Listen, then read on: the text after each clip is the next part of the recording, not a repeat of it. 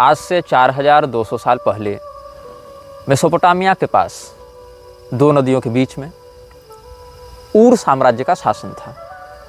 ऊर तृतीय वहाँ का राजा था और उसके शासनकाल में एक बच्चे ने जन्म लिया। उस बच्चे की महत्वाकांक्षाएं बहुत अधिक थीं और राजा ऊर का साम्राज्य बहुत बड़ा नहीं था। उस बच्चे ने प्राचीन विद्याओं के विशेषज्ञों से संपर्क किया क्योंकि उसकी किस्मत में कुछ और लिखा था। अपने प्रारब्ध में लिखे हुए राज्य सत्ता को प्राप्त करने के लिए उसने विद्रोह किया। असफल रहा क्योंकि उसके पास बड़ी छोटी सी सेना थी, 1000 लोगों की। ज्योतिषियों ने भविष्यवाणी की थी कि यह बच्चा आगे चलकर इस राज्य का राजा बनेगा। तो राजा ऊर के अत्याचारों से जो लोग परेशान थे, आतंकित थे, उन लोगों ने उस बच्चे का साथ दिया। लेकिन लोगों की संख्या कम थी, 1000 लोग राजा के सामने कुछ भी नहीं थे। राजा ने विद्रोह को दबा दिया, बच्चे को मरवाने के फरमान जारी कर दिए गए। लेकिन बच्चा भाग निकला। बच्चा भागकर सीरिया की ओर बढ़ा, रेगिस्तानों की ओर बढ़ा और वहाँ पर उसे कुछ ऐसा मिला जिसकी उसने कभी कल्पना नहीं की थी। एक काउंसिल, एक संगठन जिसमें 15 लोग थे।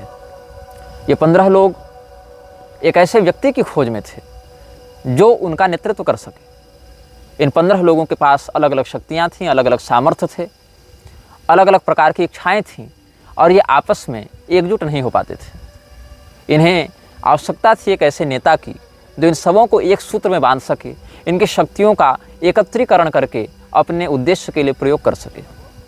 उन 15 लोगों ने इसको अपना नेता चुना, अपनी शक्तियों का एक बड़ा भाग इसके विकास में लगाया और इन 16 लोगों ने मिलकर एक शक्ति को उत्पन्न किया।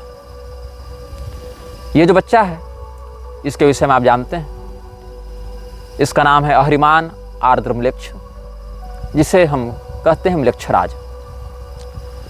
16 लोगों की यह सभा म्लेच्छराज के नेतृत्व में उसके 15 पार्षदों के साथ बनी इस सभा ने अपने शरीर से अपनी शक्ति का एक एक अंश निकालकर उसको सम्मिलित किया और एक शैतान को बनाया। उस शैतान का नाम था अनाम म्लेच्छ। वस्तुतः अनाम म्लेच्छ ही वह शक्ति है जिसकी आराधना म्लेच्छराज करता है। अनाम म्लेच्छ और आर्द्र म्लेच्छ ये दोनों साथ साथ चलते हैं। जैसे दिव्य संपदा में अश्विनी कुमार एक जैसे दिखते हैं, एक साथ चलते हैं, जैसे दिव्य संपदा में अश्विनी कुमार युगल हैं, वैसे ही आसुरी संपदा में आर्द्र म्लेच्छ और अनाम म्लेच्छ दोनों साथ साथ चलते हैं, दोनों युगल हैं, दोनों संयुक्त हैं। आर्द्र म्लेच्छ को, म्लेच्छराज को जो शक्तियाँ मिलती हैं वो वस्तुतः अनाम म्लेच्छ से ही उसे प्राप्त होती हैं। अनाम म्लेच्छ का नाम अनाम इसीलिए है क्योंकि इसकी प्रसिद्धि अधिक नहीं हुई, क्योंकि इसने अपने दूसरे रूप से सारे कार्यों को किया है। ये कभी सामने आया नहीं, कभी इसने सीधा हस्तक्षेप नहीं किया। ये वो राजा है जो अभी तक अपने चेहरे को सार्वजनिक नहीं करना चाहता। ये समस्त कार्यों को करने के लिए आर्द्र म्लेच्छ का आश्रय लेता है। तो वस्तुतः म्लेच्छराज मतलब जो आर्द्र म्लेच्छ है वो राजा तो अवश्य है, लेकिन वो राजा स्वतंत्र नहीं है। उस राजा की इच्छाएं स्वतंत्र नहीं हैं। उस राजा को अगर कुछ करना है तो उसको अनाम म्लेच्छ से सहमति और अनुमति लेनी पड़ेगी। एक तरीके से कहें तो एक ही शरीर में रहने वाली ये दो शक्तियां हैं। आर्द्र म्लेच्छ का शरीर और उसके अंदर जो नियंत्रण है वो अनाम म्लेच्छ का है।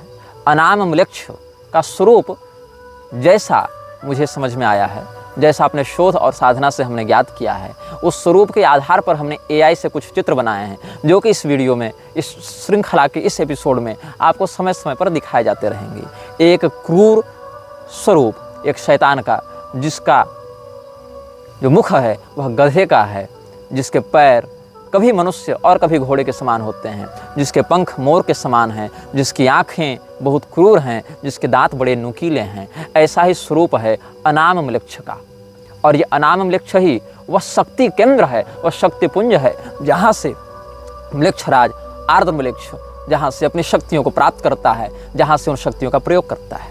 हम बात कर रहे थे ऊर साम्राज्य के पतन की। जब आज से 4200 साल पहले ऊर साम्राज्य का पतन हुआ, उस समय अंतिम राजा था इब्बिसिन। इब्बिसिन के अत्याचारों के कारण जब विद्रोह हुआ, उस समय पहली बार तो विद्रोह कुचल दिया गया, लेकिन दूसरी बार अपनी शैतानी शक्तियों के साथ आर्द्रमलेक्ष के नेतृत्व में जब विद्रोह किया तो इब्बिसिन हार गया और वहीं पर असुर साम्राज्य की नींव पड़ी। असुर साम्राज्य की नींव जब पड़ी, उसका नाम पड़ा गया असीरिया। असीरिया और सीरिया दोनों अलग अलग हैं, लेकिन नाम का जो स्रोत है वो समान है। ईसा पूर्व 26-25 शताब्दी तक विश्व का दूसरा बड़ा साम्राज्य था ऊर साम्राज्य। भारतीय सत्ता के संयुक्त प्रभाव के अतिरिक्त अगर विश्व में किसी की बात मानी जाती थी, वह था ऊर साम्राज्य। ऊर साम्राज्य के नेतृत्व में एक छोटा सा शहर एक विशाल साम्राज्य बनता जा रहा था और बीच में ही सत्ता का परिवर्तन हो गया और आर्द्रमलेक्ष ने सत्ता संभाली। असुर साम्राज्य के पहले राजा का नाम असुर था। इस असुर को संस्कृत वाला असुर भी समझ सकते हैं, आसुरी संपदा का होने के कारण, अथवा इसको ASSUR असुर ऐसा भी समझ सकते हैं। असुर नाम के कई राजा इसमें हुए हैं और सुमेरियन भाषा में इसका अर्थ होता है राजा। सुमेरियन भाषा में असुर का अर्थ होता है राजा। और ये पुजुर असुर जो था, असुर साम्राज्य का पहला राजा था। म्लेच्छराज अपने प्रतिनिधियों के माध्यम से उनको राजा बनाकर इस क्षेत्र का शासन करता था और म्लेच्छराज के द्वारा प्राप्त आसुरी शक्तियों का प्रयोग करके असुर साम्राज्य के राजा अपनी सेना का विकास करते रहे, आगे बढ़ते रहे। यद्यपि इनकी सेना बहुत बड़ी नहीं थी, किंतु इनकी योजना और इनका अनुशासन बहुत स्पष्ट होता था और इनके अनुशासन को भंग करने पर बहुत कठोर दंड दिया जाता था। हम आगे की श्रृंखलाओं में इनकी सेना की रणनीतियों पर चर्चा करेंगे और यह भी चर्चा करेंगे कि म्लेच्छराज के द्वारा बनाए गए अनुशासन कौन कौन से हैं। म्लेच्छराज ने अपने अनुयायियों के लिए 60 अनुशासन बनाए हैं। जो भी व्यक्ति म्लेच्छराज का अनुयायी बनेगा उसको इन 60 अनुशासनों का पालन करना पड़ेगा। अगर वह ऐसा नहीं करता है, वह कठोरतम दंड का पात्र होता है। मैंने कल बताया था शैतान के बहुत से नामों में एक नाम है स्तर। स्तर की आराधना करता हुआ यह असुर साम्राज्य आगे बढ़ता रहा। जब ये असुर साम्राज्य म्लेच्छराज की पूजा करता था और म्लेच्छराज के शरीर में घुसे हुए अनाम म्लेच्छ की पूजा करता था, तो उस समय उसका नाम होता था स्तर। और उसके चारों ओर 4 वेदियां बनती थीं। उन चारों वेदियों पर नरबलि दी जाती थी। नरबलि के माध्यम से मनुष्य के बच्चे के खून के माध्यम से, अच्छा ये नरबलि जो है वो कोई सामान्य व्यक्ति की नहीं दी जाती थी, छोटे छोटे बच्चों की नरबलि दी जाती थी। और उन नरबलियों के माध्यम से राजा हैं अपनी शक्तियों को प्राप्त करते थे। और कई बार उन नरबलियों को देने के लिए किसी शस्त्र का प्रयोग नहीं किया जाता था। नरबलियाँ दी कैसे जाती थी? उन चारों वेदियों के ऊपर हवन कुंड की स्थापना की जाती थी और अपने पहले बच्चे को असुर साम्राज्य का राजा उस आर्द्रमलेच्छ के नाम से या अनामम्लेच्छ के नाम से उसी जलती हुई हवन कुंड में डाल देता था। मतलब असुर साम्राज्य के राजा का जो पहला बच्चा होगा, उस पहले बच्चे पर अधिकार अनामम्लेच्छ का होगा और उसको देने के लिए उस बच्चे को हवन कुंड में डाला जाएगा। आप इस घटना से एक और बात सीख सकते हैं। पांचाल देश के राजा सोमक ने अपने पुत्र जमतु को भी इसी प्रकार से हवन कुंड में डाल दिया था। ये राजा द्रुपद के पूर्वज हुआ करते थे और इसके परिणाम स्वरूप उनको नरक भी जाना पड़ा था। ये राजा द्रुपद के 3-4 पीढ़ी पहले की बात है। द्रौपदी जी द्रुपद की पुत्री थी, उनके 3-4 पीढ़ी पहले की बात है, जब राजा सोमक ने बहुत पुत्रों की कामना से अपने इकलौते पुत्र जमतु को हवन कुंड में काट काट कर होम कर दिया था। यद्यपि उनको आगे बहुत से पुत्रों की प्राप्ति हुई, लेकिन इस कर्म के कारण उस यज्ञ को कराने वाले पुरोहित और राजा दोनों नरक गए थे। यहाँ पर भी कुछ ऐसी बातें देखने को मिली जहाँ पर आसुरी तत्व के उपासक ये असुर साम्राज्य के राजागण अपने पहले बच्चे को स्तर की मूर्ति के चारों ओर बने हुए 4 हवन कुंडों में, किसी भी एक हवन कुंड में, हवन कुंड तो 4 होते थे, उसमें वो बलिदान करने के लिए जलती हुई अग्नि में झोंक देते थे और आर्द्रमलेच्छ और अनामम्लेच्छ को तृप्त करते थे। तो वस्तुतः जो 15 पार्षद हैं वो इसको काउंसलर मानते हैं, जो काउंसिल का शासक है। काउंसलर कौन है? आर्द्रमलेच्छ। और चांसलर कौन है? इस शैतानी परिषद का जो चांसलर है, जो कुलपति है, जो अध्यक्ष है, वो है अनामम्लेक्ष। अनामम्लेक्ष सामान्यतया किसी विशेष शरीर में बाहर नहीं घूमता है, वो आर्द्रम्लेक्ष के अंदर ही एक शक्ति के रूप में बैठा रहता है। एक प्रकार से उसने पोसेस कर रखा है आर्द्रम्लेक्ष को। आर्द्रम्लेक्ष वस्तुतः प्रारंभ में बुरा नहीं था, वो एक अच्छा व्यक्ति था। इसके व्यक्तित्व की तुलना आप कर सकते हैं मार्वल कॉमिक्स के गौर से, जिसकी बेटी बीमार थी और गौर ने क्या किया, देवताओं से प्रार्थना की कि आप मेरी मरती हुई बेटी को बचा लें, और उस समय देवताओं ने उसका तिरस्कार किया। तो नेक्रोमेंसर नामक दिव्य तलवार का या शैतानी तलवार का आश्रय लेकर गौर ने अपनी मरती हुई बेटी के ऊपर हो रहे अन्याय का बदला लेने के लिए देवताओं को मारना प्रारंभ किया था। तो ये जो गौर का किरदार है, ये वस्तुतः आर्द्रम्लेक्ष से ही प्रेरित है। कहीं ना कहीं आर्द्रम्लेक्ष, अनामम्लेक्ष अपनी इन घटनाओं को सिनेमैटिक यूनिवर्स के माध्यम से आगे बढ़ाते हैं, जिसमें एक बहुत बड़ा स्थान डिज्नीलैंड का है, जिस पर आगे इस श्रृंखला में हम कभी चर्चा करेंगे कि कैसे म्लेच्छराज के माध्यम से डिज्नीलैंड को आगे बढ़ाया गया है और वहाँ कैसे कैसे शैतानी कृत्य होते हैं। इस पर हम आगे सप्रमाण चर्चा समयानुसार इसी श्रृंखला में करेंगे। तो इसी प्रकार से आर्द्रम्लेक्ष वस्तुतः एक अनाथ था, किंतु उसके भाग्य ऐसे प्रबल थे कि वहाँ के नक्षत्र विशारदों ने, ज्योतिषियों ने कहा कि इसमें राजा बनने का योग है। इसीलिए आर्द्रम्लेक्ष को जब काउंसिल ऑफ सैटर्न ने गोद लिया, उन 15 लोगों ने उससे अपना नेता चुना, क्योंकि वो लोग कुछ कर नहीं पा रहे थे एक नायक के अभाव में। तो आर्द्रम्लेक्ष के शरीर में उर्सी की शैतानी शक्ति ने हावी होना प्रारंभ किया और उसको एक विद्रोही से बना दिया, एक अत्याचारी। अत्याचार के विरोध में जिसने अपना खड्ग उठाया था, वो बन गया विश्व का सबसे बड़ा अत्याचारी। अनामम्लेक्ष की शक्तियाँ तब अधिक विकसित होती हैं जब आकाश में चंद्रमा अपनी पूर्णता को होते हैं। अनामम्लेक्ष चंद्रमा की कलाओं के आधार पर अपनी शक्तियों को घटाता और बढ़ाता है। यद्यपि अमावस्या को आसुरी शक्तियाँ अधिक प्रबल होती हैं, किंतु अनामम्लेक्ष की ऊर्जा चंद्रमा की कलाओं के आधार पर घटती बढ़ती हैं, ये इसकी विशिष्टता है। इसीलिए सामान्यतया पूर्णिमा की रात्रि को अनामम्लेक्ष की शक्तियाँ सर्वाधिक उत्कर्ष को प्राप्त होती हैं, जो कि आज भी अलग अलग शैतान के उपासकों के द्वारा आराधित हो रहे हैं। और संयोग से जब ये वीडियो रिकॉर्ड किया जा रहा है तो आज भी जो रात है वो पूर्णिमा की है। हम बात कर रहे थे अनामम्लेक्ष और आर्द्रम्लेक्ष की।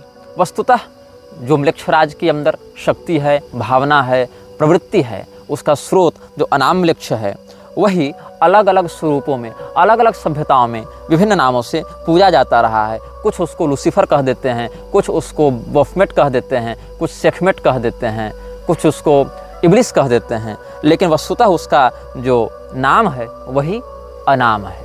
कई बार सैन्य शक्ति से अधिक महत्व होता है रणनीति और योजना का।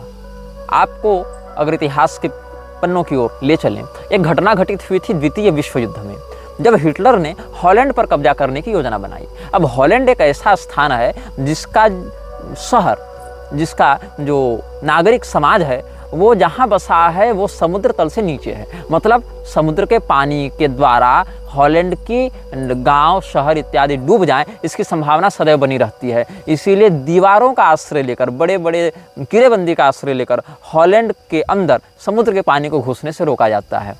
हॉलैंड की अर्थव्यवस्था पर एक बहुत बड़ा बोझ हॉलैंड की दीवारों का निर्माण और उनकी मरम्मत करना हो जाता है। हॉलैंड के पास न उतनी तगड़ी सेना थी, न उतने अधिक पैसे थे, न अधिक संसाधन थे।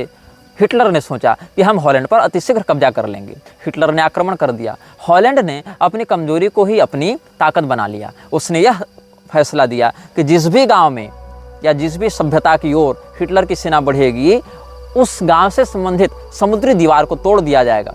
हुआ यही, और समुद्र की आपदा से जो दीवारें हॉलैंड के गांव की रक्षा करती थीं, वही दीवारें जब तोड़ दी गईं, हॉलैंड के अंदर समुद्र का पानी घुसने लगा और जर्मनी सेना डूबने लगी, पराजित हो गई। कहने का तात्पर्य है कि कई बार जो आपकी रक्षा करता है, जिससे आपकी रक्षा होती है, उसको नष्ट करके अपने शत्रु को अपने अंदर आमंत्रित करने से आप बच सकते हैं। जो समुद्र का पानी कभी मारता था और दीवारें बचाती थी, आज उल्टा हो गया। दीवारों को रक्षक नहीं, अवरोधक माना गया, रक्षक को हटा दिया गया। जो कल मार रहा था उसको अंदर आने दिया गया और उसी ने अंततः आपकी जान बचाई। इस रणनीति को समझिएगा। उर साम्राज्य के अत्याचारों से बचने के लिए सुमेर की जनता ने उर साम्राज्य के विरुद्ध आर्द्रमृक्ष के नेतृत्व में विद्रोह किया था। लेकिन अंततः जो उर साम्राज्य अत्याचारिक रूप में प्रसिद्ध था, लोगों ने उसको याद करना आरंभ किया जब उन्होंने देखा कि हमारा विद्रोही नायक हमारे पिछले राजा से कहीं अधिक महत्वाकांक्षी, कहीं अधिक क्रूर और कहीं अधिक सनकी है। आर्द्रमृक्ष के शासन में सुमेर, मेसोपोटामिया इत्यादि की सभ्यताओं ने बहुत विकास किया। भौतिकता की दृष्टि से, सैन्य शक्ति की दृष्टि से, विलासिता की दृष्टि से शैतानी ताकतों ने उस पूरे क्षेत्र में अपनी कृपा बरसाने आरंभ की। जो भी राजा का वफादार होता था, जो भी असुरों का उपासक होता था, जो भी इस प्रकार से नकारात्मकता को स्वीकार कर लेता था, उसकी सामाजिक प्रतिष्ठा, उसका यश, उसका पराक्रम बहुत बढ़ने लग जाता था। देखा देखी लोगों ने इसको अपनाना प्रारंभ किया और एक छोटा सा शहर बन गया एक विशाल साम्राज्य। अब हम सिद्धांतों पर चर्चा करेंगे। आज हम प्रधानता से म्लेच्छराज के अनुयायियों के लिए जो 6 अनुशासन हैं, 60 में से 6 अनुशासन की आज हम चर्चा करेंगे। पहला अनुशासन यह कहता है, तुम्हारे हृदय में सदैव एक ज्योति जल रही है। जब भी कोई निर्णय करना हो उस ज्योति का अनुसरण करना। यह पहला नियम कहता है। वह ज्योति शैतानी है, अ फ्लेम ऑफ इविल। आपको अगर लॉर्ड ऑफ रिंग्स की घटना याद होंगी, वहाँ एक आँख थी, सैरोन की आँख, जो दहकती रहती थी। वो आग है, लेकिन वो आग नरक की आग है।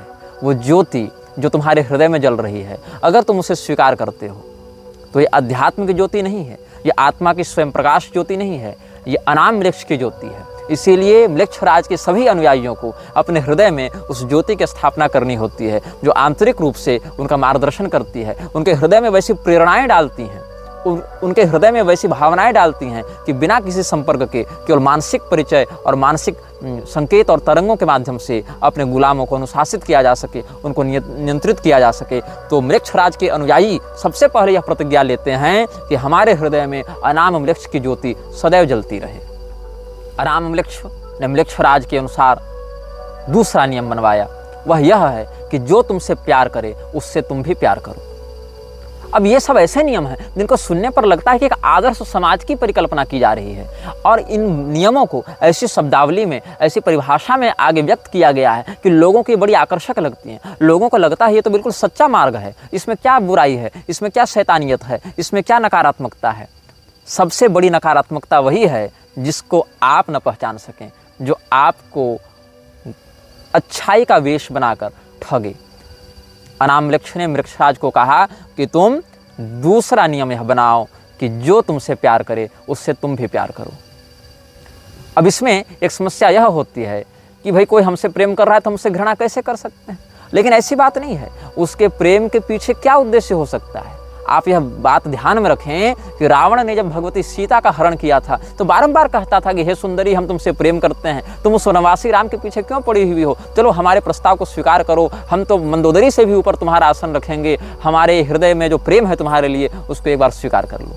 आप ध्यान दें, आज समाज में जितना व्यभिचार फैल रहा है, जितना लव जिहाद फैल रहा है, जितने तरह के बलात्कार हो रहे हैं, उनके पीछे कहीं न कहीं सिनेमैटिक भावना यह है कि जो तुमसे प्यार करे उससे तुम प्यार करो, प्यार किया तो डरना क्या, हम है राही प्यार के। तो ये जो है, जो तुमसे प्यार करे उससे तुम प्यार करो, इसमें प्यार अंततः जाकर व्यभिचार बन जाता है। एक आदर्श परिकल्पना कि दया सर्वेषु भूतेषु, सभी प्राणियों में दया करो, समस्त प्राणियों से मैत्री करो, मित्रस्य मा चक्षुषा समीक्षामहे। तो ये जो आर्ष भावना हमारी थी, उसी का स्रोत लेकर, उसी को आसुरी परिवेश में लपेटकर म्लेच्छराज ने दूसरा नियम बताया कि जो तुमसे प्यार करे उससे तुम भी प्यार करो। म्लेच्छराज ने एक तीसरा नियम बनाया कि अगर कोई तुम्हारा विरोध करता है, अगर कोई तुमसे घृणा करता है, अगर कोई तुमसे नफरत करता है, तो तुम उसके प्रति कोई शत्रुता का भाव मत रखो। इससे क्या होता है, म्लेच्छराज के जो अनुयायी हैं वो अपने चरित्र को समाज में इतने आदर्श और सहनशील के रूप में स्थापित करने में सफल हो जाते हैं कि आपको लगता है कि अरे मैंने इसको गाली दी लेकिन ये सहन कर गया, ये तो बहुत संत व्यक्ति है। अरे मैंने इसको फटकारा, इसको धिक्कारा, लेकिन ये सहन कर गया, इसके मन में तो क्षोभ नहीं हुआ, इसने तो मुझे पलटकर कोई गाली नहीं दी, अवश्य ये कोई बहुत सहनशील व्यक्ति है। आप ध्यान दें, एक तनु जो कपटी मुनि था, राजा प्रताप भानु के समान ऐसे ही काम क्रोध विजयी बनकर बैठा रहता था। राजा प्रताप भानु को लगा कि इनसे बड़ा सिद्ध, इनसे बड़ा जितेंद्रिय तो कोई दूसरा नहीं है। कालनेमी हनुमान जी के सामने जब राम राम का भजन किया तो हनुमान जी को भी एक क्षण को ऐसा लगा कि ये कोई बहुत सहनशील, कोई जितेंद्रिय संत है। तो जो बातें समाज में आदर्श के रूप में स्थापित हैं, उन्हीं बातों से प्रेरणा लेते हुए म्लेच्छराज ने ऐसे नियम बनाए जो बाहर से देखने से बड़े आदर्श, बड़े दिव्य, बड़े धार्मिक लगते हैं, बड़े सभ्य और शिष्टाचार से युक्त लगते हैं, लेकिन उनके अंदर की भावनाएं बड़ी विकृत होती हैं। इसलिए म्लेच्छराज के जो अनुयायी हैं वो समाज में ऐसी छवि बनाकर चलते हैं कि लोग यह समझें कि वे बड़े सहनशील हैं, बड़े गंभीर हैं, बड़े विवेकी हैं, बड़े प्रबुद्ध हैं, बड़े क्षमाशील हैं, बड़े सुलझे हुए व्यक्तित्व के धनी हैं। म्लेच्छराज के अनुयायियों के लिए चौथी अनिवार्यता यह है कि वो अपने मस्तिष्क को कभी खाली नहीं रख सकते।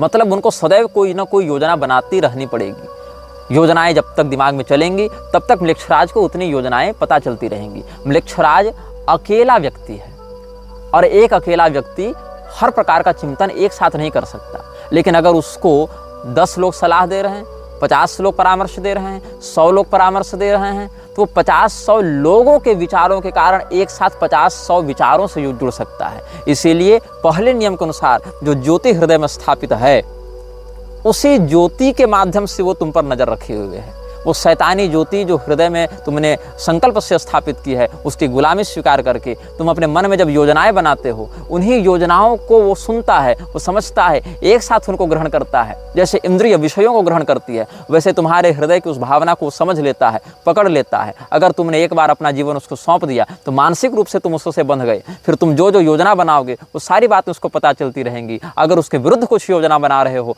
तो वह भी, और अगर उसके अभियान के लिए कुछ योजना बना रहे हो तो वह भी। इसीलिए म्लेच्छराज के अनुयायियों के लिए चौथी अनिवार्यता इस बात की होती है कि वो सदैव अपने मस्तिष्क में किसी न किसी प्रकार की योजना बनाते रहें, ताकि म्लेच्छराज को उनकी मानसिक स्थिति का सदैव अपडेट मिलता रहे, सदैव अद्यतित सूचना मिलती रहे कि मेरा यह सेवक मेरे विरुद्ध जा रहा है, मेरे अनुकूल जा रहा है, या इसमें किस प्रकार की शैतानी रचनात्मकता हो सकती है। म्लेच्छराज के अनुयायियों के लिए पांचवी अनिवार्यता है वचनबद्धता। अगर म्लेच्छराज का एक अनुयायी किसी दूसरे के प्रति कोई वचन दे देता है तो चाहे भौतिक रूप से उसको क्षति हो, चाहे उसकी इज्जत रहे न रहे, चाहे उसका पैसा रहे न रहे, चाहे उसका परिवार रहे न रहे, चाहे उसके शरीर के अंग भी काट कर अलग कर दिए जाएं, किंतु वह वचन नहीं तोड़ सकता है। वचनबद्धता पांचवा नियम है। म्लेच्छराज के अनुयायी अपने वचन को कभी भंग नहीं कर सकते। सत्य प्रतिज्ञ होना सनातन धर्म में बहुत श्रेष्ठ बात मानी गई है। राजा दशरथ, महाराज हरिश्चंद्र, शिवी इत्यादि राजाओं का बहुत उत्तम चरित्र है सत्यनिष्ठा के लिए। लेकिन इसी अच्छाई को शैतानी परिवेश में परोसते हुए म्लेच्छराज ने कहा कि बी अ मैन और वुमेन ऑफ वर्ड्स। तुम अपने मुख से निकले प्रत्येक शब्द को सत्य करने के लिए, चरितार्थ करने के लिए, बिना किसी विकृति के उस पर निष्ठा बनाए रखने के लिए बाध्य हो। तुम किसी भी परिस्थिति में हमारे प्रति किए गए समझौते को नहीं तोड़ सकते हो। अगर समझौता टूटेगा तो वह शरीर भी नष्ट किया जाएगा जिस शरीर के साथ इस समझौते को लिखा गया था, बांधा गया था। You can't make a pact with demon and you can't deny with it.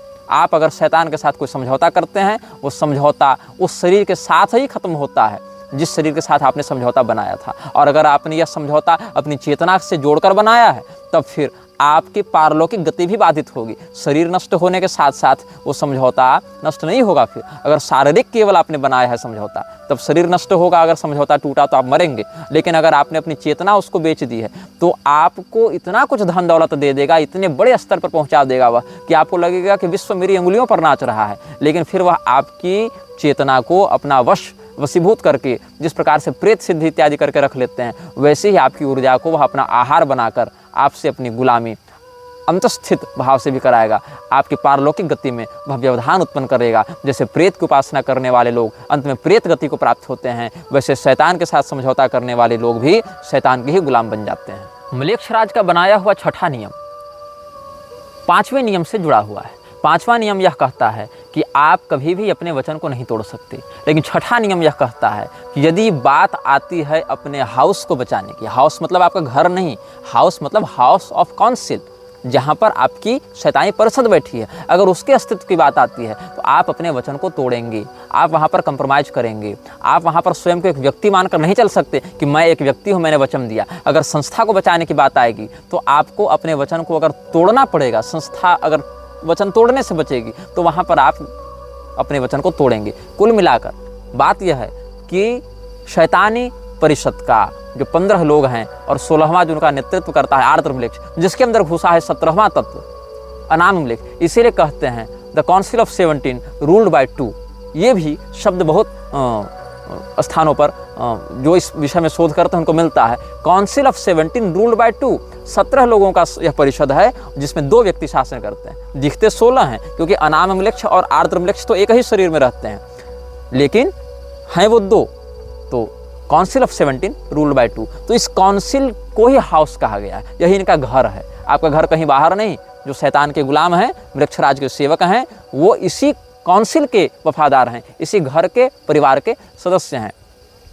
तो अगर वचन को पूरा करने से परिवार बचता है तो वचन पूरा किया जाएगा, तब आप वचन तोड़ नहीं सकते। और अगर वचन को तोड़ने से परिवार बचेगा तो आप वहाँ पर यह नहीं कर सकते कि हमने वचन दे दिया तो अब हम निभाएंगे, मेरी प्रतिष्ठा की बात है, बिल्कुल नहीं। आप कंप्रोमाइज़ करेंगे। यह 5वें नियम का एक अपवाद 6ठे नियम के रूप में बताया जाता है। आज हमने चर्चा की म्लेच्छराज को शक्ति कहाँ से मिलती है, म्लेच्छराज का जन्म कहाँ हुआ था, म्लेच्छराज के अंदर कौन सी शक्ति काम करती है, म्लेच्छराज बना कैसे। एक असफल साधक जो अपनी महत्वाकांक्षाओं को पूर्ण न कर सका और देवताओं से वैर कर लिया, अपने साथ 15 शैतानी उपासकों को लेकर अपनी ऊर्जा से एक नए शैतानी ऊर्जा को जिसने निर्मित किया और फिर उसी के वशीभूत हो गया, उसी के सम्मोहन में आ गया। अनाम म्लेच्छ के द्वारा नियंत्रित किया जा रहा आर्द्र म्लेच्छ ही हमारे द्वारा यहाँ म्लेच्छराज शब्द से बताया जा रहा है, जिसके विषय में इस संसार की बहुत कम शक्तियाँ जानती हैं और अधिकांश शक्तियाँ जानकर भी मौन रहती हैं। यह वीडियो जल्द ही हटा दिया जा सकता है।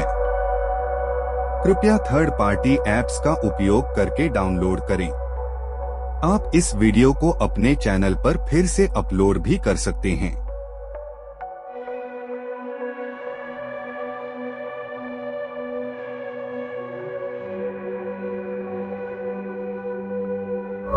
This video may get deleted soon. Please download using third-party apps. You may also re-upload this video on your channels. Thank you.